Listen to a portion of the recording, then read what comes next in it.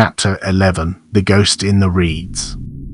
In the spring, when the eastern swamps did begin to stir from their long slumber, and the old things that dwelt in peat and dark water did grow restless with the changing of the world, there came to those wet lands a soldier named Callan, who had turned to poaching rather than face the noose or the army's endless wars. He was a man who knew how to move silent as mist through reed and sedge, who could read the signs of game and weather, who understood that survival oft required becoming a ghost among the living. He had seen the wizard twice before, once from hiding, when he pressed himself flat in the reeds whilst the old man measured something with strange instruments, and once from across black water when the wizard had simply looked at him and nodded as though Callan's presence were expected and unremarkable. Both times, Callan had chosen not to approach. A man who poached Lord Tail's deer did not seek the notice of those who might report him, and a wizard was a thing uncertain, neither friend nor foe until proven otherwise. But on the third meeting, when Callan came upon the old man fishing from the ruins of some ancient tower foundation that rose from the swamp like a broken tooth, and when he saw the stone jug of ale and smelled the sharp stink of drink upon the air, he judged the wizard harmless enough to risk conversation. The first sighting. Callan had seen the wizard the first time 3 weeks prior, when he'd been tracking a grey elk through the willow marsh on the western edge of the deep swamp. The elk had led him farther east than he usually dared go, closer to the places where the water ran black and the trees grew at wrong angles and even the birds fell silent. He'd been crouched in a stand of cattails, bow half drawn, when he'd heard the sound of someone moving through the marsh. Not moving carefully, not trying to hide, but walking with the measured pace of someone who belonged there. Callan had gone perfectly still, melting into the reeds with the practiced invisibility of a man who'd survived 3 wars and 5 years of poaching on Lord Tail's lands. He'd watched through the green screen of cattails as the wizard had appeared, tall, grey-bearded, wearing a ridiculous wide-brimmed hat and carrying what looked like a walking stick marked with strange symbols. The wizard had stopped perhaps 20 paces from where Callan hid, had pulled out some kind of instrument, brass and glass, catching the weak sunlight, had held it up to his eye, aimed it at the water, made a note in a leather journal. Callan had barely breathed. A wizard. In the deep swamp. Either surveying for Lord Tail, which would mean Callan was a dead man if spotted, or doing something else entirely. The wizard had worked for perhaps 10 minutes, taking measurements, making notes, occasionally muttering to himself in a language Callan didn't recognize. And then, without looking in Callan's direction, without any sign that he'd noticed anything amiss, the wizard had spoken. "You hide well, poacher. Most men crash through these reeds like wounded boar. You move like smoke." Callan had frozen, his heart hammering. "I'm not here to report you to the Lord," the wizard had continued, still not looking at him, still writing in his journal. "His concerns and mine rarely overlap, but you might consider hunting farther west. The game this far east tastes of the rot. It'll make you sick." Then the wizard had simply walked away, disappearing into the mist as though he'd never been there at all. Callan had stayed hidden for another hour before daring to move. The second sighting. The second time had been a week later. Callan had been checking his fish traps in the northern reaches, the places where Lord Tail's gamekeepers never ventured because the footing was treacherous and the water ran strange colors. He'd seen the wizard on the far side of a black pool, standing on what looked like the remains of a stone foundation. The man had been doing the same thing, measuring, writing, muttering to himself.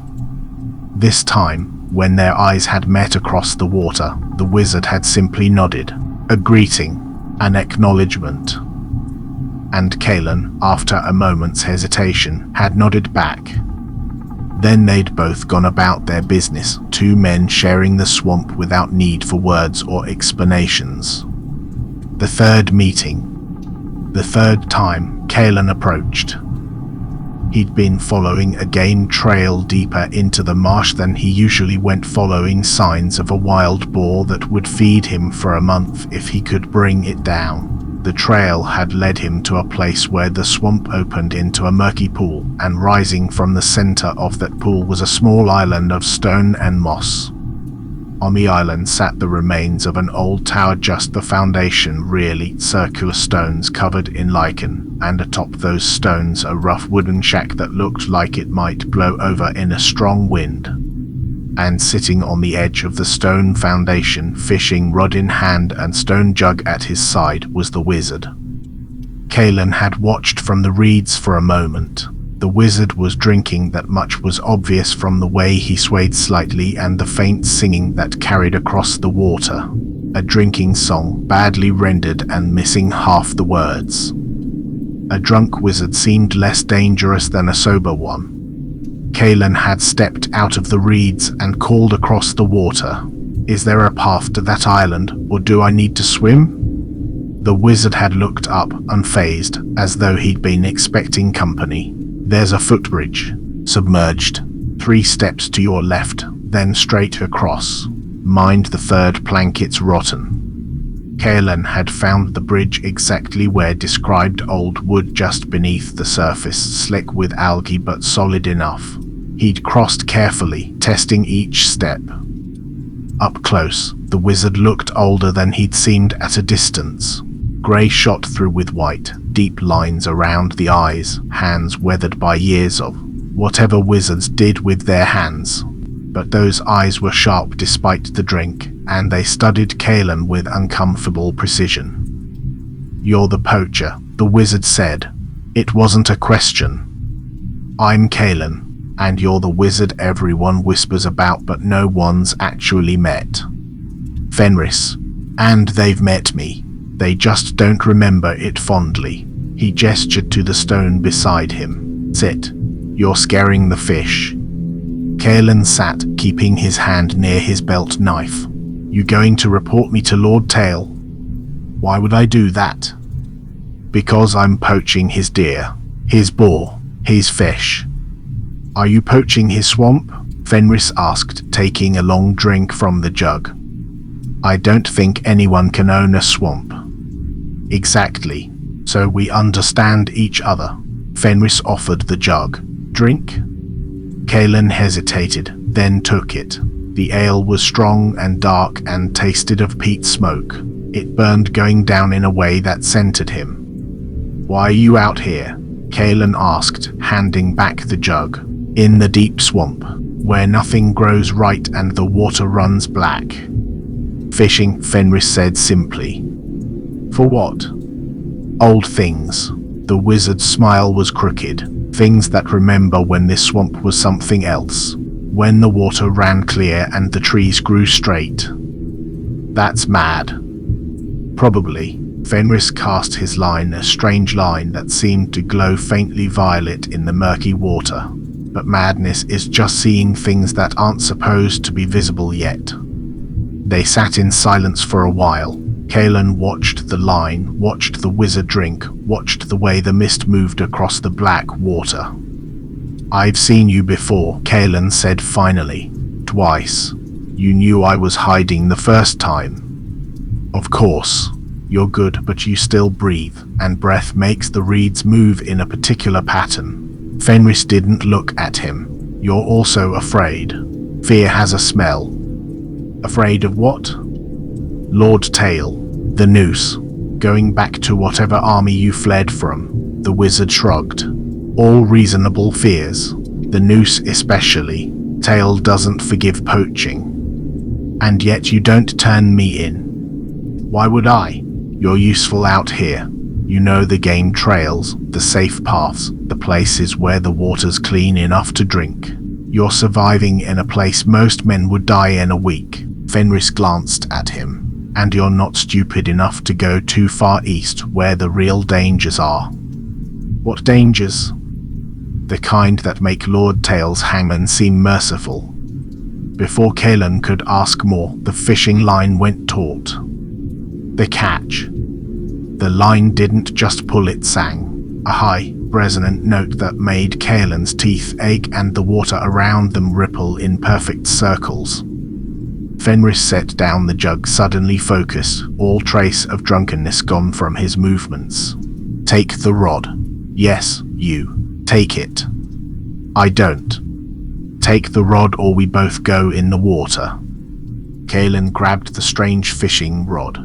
The moment his hands touched it, he felt something flow up through the wood, a vibration, a pressure, something that made his bones feel heavy and his skin prickle with pins and needles. What in the hells? Don't let go. Whatever you do, don't let go. Fenris moved behind him, added his own grip to the rod. It's coming up. Be ready. What's coming up? The water erupted. Not violently, not like something breaking the surface in panic or rage, but slowly, deliberately, as though something enormous was simply choosing to rise. What emerged was translucent and ancient, a thing of pale flesh and old armor, eyeless, its wide mouth ringed with crystalline teeth that caught the grey light and sang their own harmonic note. It was huge, easily the size of a cart horse, and it moved with the slow grace of something that had been sleeping in deep peat for longer than men had names for years. Kaelin tried to let go of the rod. His hands wouldn't obey. They were locked to the wood, the violet light from the line crawling up his arms like living veins. Don't fight it, Fenris said quietly. Let it see you. Let it know your frequency. My what? Just breathe, slow and steady. Match the rhythm of the water. The creature crested fully now, its massive head resting against the edge of the stone foundation. Up close, Kaelin could see that the crystalline teeth weren't teeth at all, they were something else. Something that vibrated with the same note as the fishing line. Fenris reached out, not with fear, not with caution, but with the calm certainty of someone greeting an old acquaintance. He touched the creature's brow. Easy, ancient one, he murmured. The world is changing. The waters are stirring. I know you feel it. The creature made a sound like wind through a cave. Not aggressive. Almost questioning. This one is Kaelin, Fenris continued, as though introducing guests at a feast. He walks the reeds. He takes only what he needs. He's learning the ways of the swamp. The pressure in Kaelin's hands changed. The violet light pulsed once, twice, then flowed from the line into the creature's translucent flesh, illuminating it from within like a lantern. For a moment, Kaelin could see everything: veins, organs, bones older than stone, the slow, steady pulse of something that had been alive since before the tower was built. Then the light faded. The creature sank back into the dark water with barely a ripple. The line went slack. Kaelin could move his hands again. He let go of the rod like it was burning and stumbled backward. What, he said, his voice shaking, in all the bleeding hells was that? A marsh wraith, Fenris said, reeling in the line. One of the old ones. Been sleeping in the deep peat for, 3 centuries at least. Maybe 4. And you just fish for them. I introduce myself. Make contact. Let them know there's still someone watching, someone who remembers. Fenris looked at his hands. They were glowing faintly with the same violet light. And sometimes, when they're ready, they mark someone, like they just marked you. Kaelin looked down at his own hands. The light was fading, but he could still feel it under his skin, a warmth, a vibration, something that hadn't been there before. What does that mean? It means the swamp knows you now. Recognizes you as something other than prey or intruder. Fenris sat back down, picked up his jug. You can walk places others can't. The black water won't pull you down. The rot won't touch you as readily. The things that dwell here will see you as adjacent. Not one of them, but not wholly other either. Kaelin sat down heavily on the stone. His legs felt weak.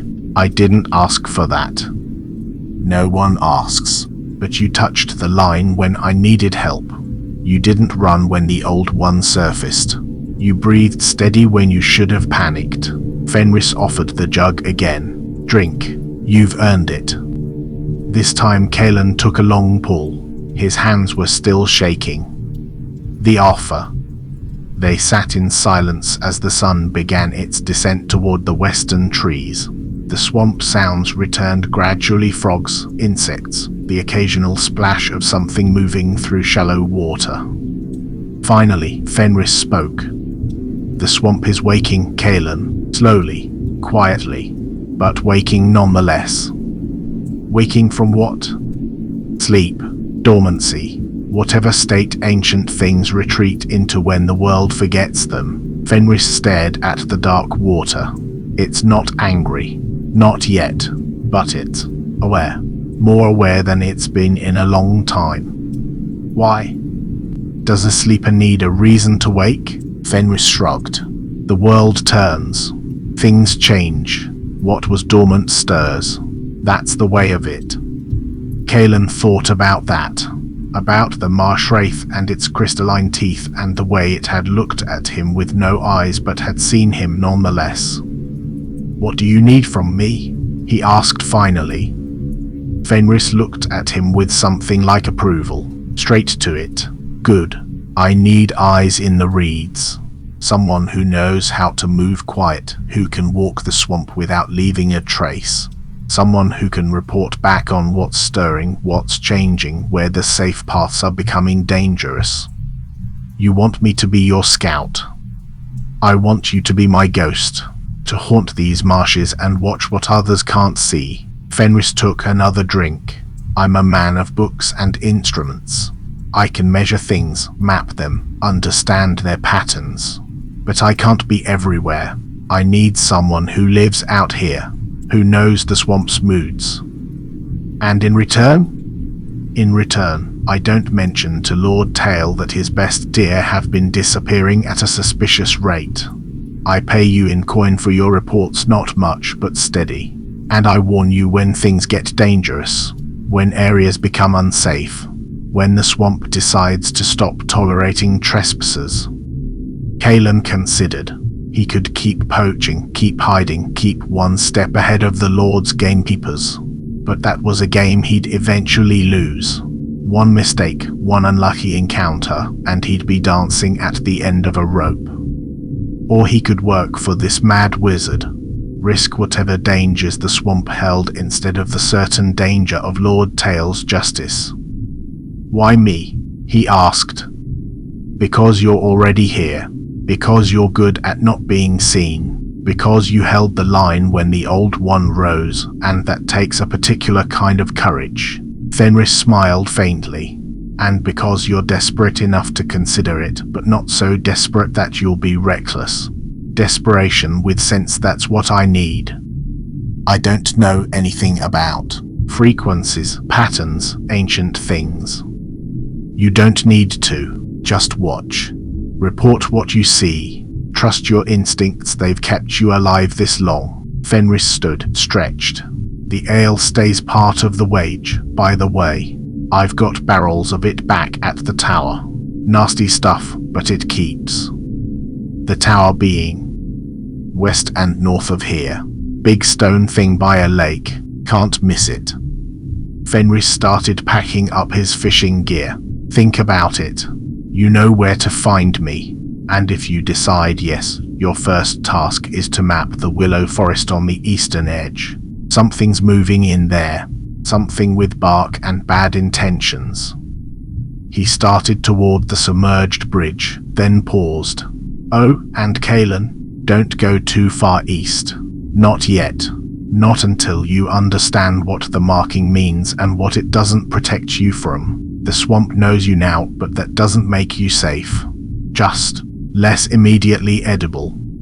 Then the wizard was gone, crossing the dark water on the hidden bridge and disappearing into the mist like he'd never been there at all.